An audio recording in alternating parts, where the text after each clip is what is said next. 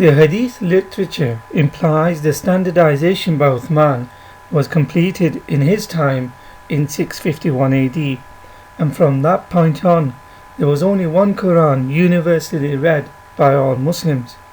For example, Sahih al-Bukhari 4987 mentions that after the standardization by burning variant Qurans, Uthman sent copies to the then major Muslim provinces. Although it does not name them in this hadith, the provinces are thought to be Kufa, Basra and Syria, and he kept one for himself. Although the prevalent view is that there were 4 copies, there are other traditions that say he sent 7 copies. This includes Mecca, Yemen and Bahrain. Although the previous hadith says the Quran was supposed to have already been standardized by Uthman in the 7th century, yet in the 10th century Muslims were still reading the Quran differently. These are not dialectical pronunciation or different vowelizations, rather they were added or missing words, letters and pronouns in the actual text. For example, in Kitab al-Masahif, which means the book of Qurans, Masahif is the plural of Mashaf, meaning scroll, referring to the Quran. It was authored by Abdullah ibn Sulaiman ibn Abi Dawood, who was the son of the famous author of Sunan Abu Dawood, one of the 6 canonical traditions within Sunni Islam. In his book he details hundreds of differences in the Qurans from his own time of the 10th century and before. Kitab al-Masahif is just one of many Islamic books that are referenced in Islam the Honest Truth and mentions these different Qurans. As an illustration, from page 40, he mentions Quran 57:24. The people of Medina read the verse with no pronoun huwa, which means he, whereas the people of Kufa and Basra read the verse with the pronoun. Quran 46:15 had an extra letter alif as read by the people of Kufa, ihsana, whereas the people of Medina and Basra read it as husna without the alif. Ihsana is an Arabic term which literally means beautification, perfection or excellence. Its applied meaning is taking one's inner faith and showing it in both deed and action. A sense of social responsibility born from religious convictions. On the other hand, husna is a feminine word which means beauty, good or best, as it is applied to the phrase Allah having the best of names, Asma'ul Husna. The point is, these two terms are not identical either in meaning or in script.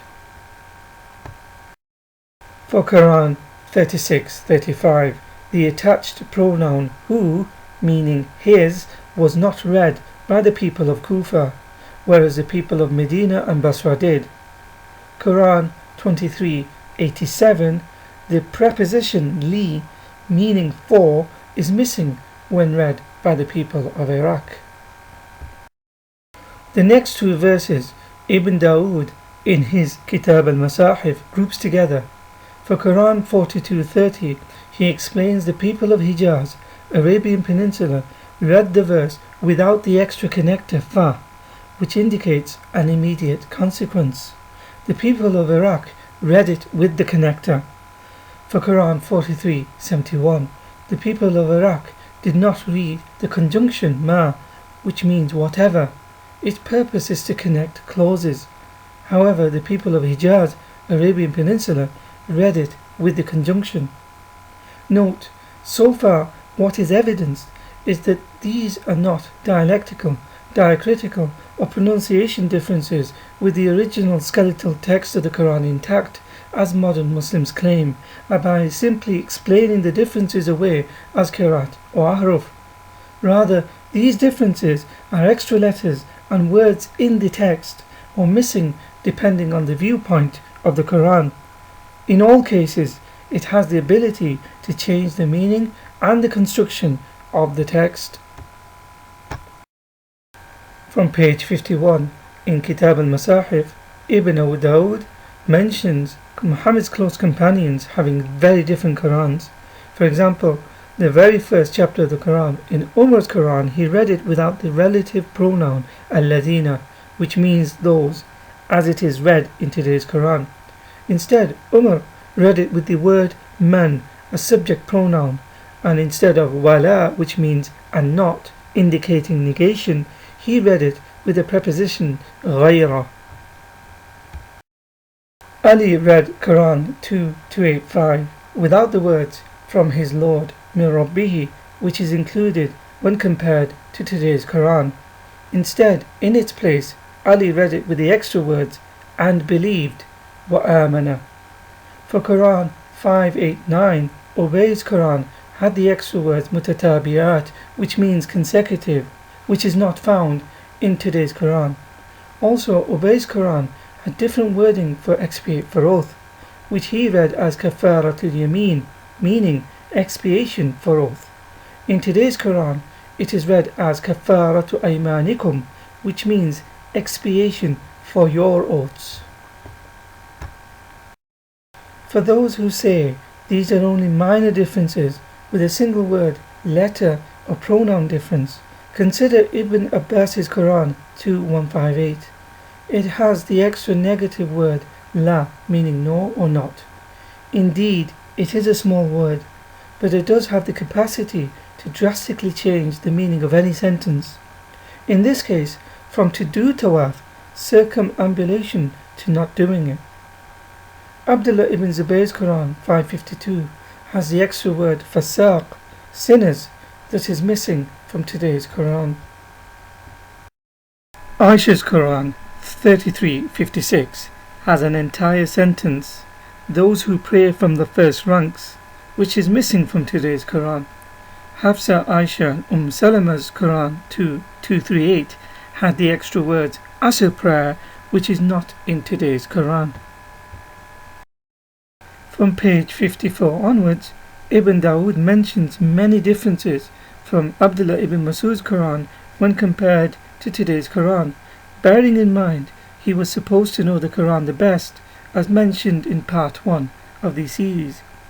These are not minor differences with the skeletal text intact, rather in his Quran were extra or completely different words.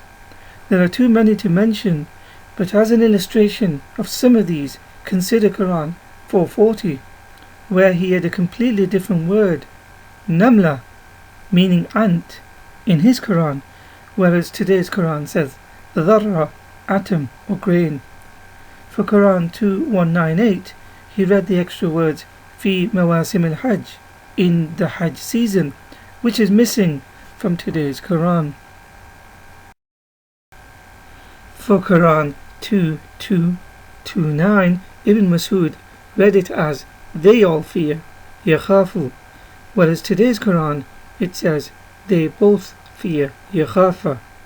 Ibn Masud had an extra preposition an, which means about or regarding to, for Quran 2:217, which is missing from today's Quran. For Quran 2:233, he had a completely different word for complete, which he read as yukammila, whereas today's Quran it reads as yutimma.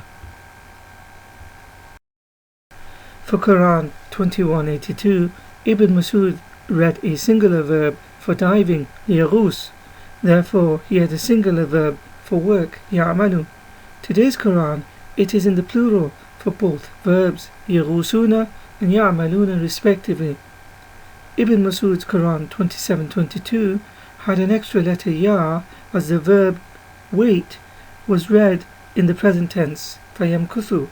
In today's Quran, it is in the past tense, famakatha.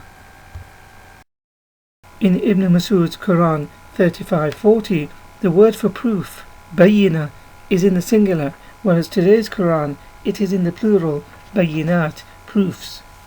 In Ibn Masud's Quran 47:18, there is a missing relative pronoun, that, and it is used to indicate a sentence that needs a clause. Today's Quran has this extra word, which changes the vowelization and pronunciation of the subsequent word to ta'tiyahum in today's Quran. In Ibn Masud's Quran, because he read it without this extra word, he pronounced the subsequent word as ta'tihim. As evidenced, contrary to the common contemporary Islamic rhetoric of an unchanged one Arabic Quran with the skeletal text intact, there has always been more than one Arabic Quran, each one with its own recitation, added or missing letters or words, which has the potential to change the meaning of a verse or a sentence. However, according to Quran verse 85:22, there is only supposed to be one perfectly preserved Quran that comes from the heavenly tablet, meaning there should only be one Quran in recitation and content.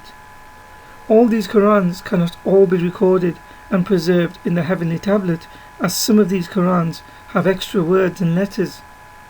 None of these differences should ever have arisen if it was indeed miraculously preserved from a heavenly tablet. The conclusion then, according to Islamic literature, the Quran was supposed to have been standardized during Uthman's time in 651 AD, when he burnt variance. He burnt all except one, yet Muslims say Allah gave the Quran in 7 readings.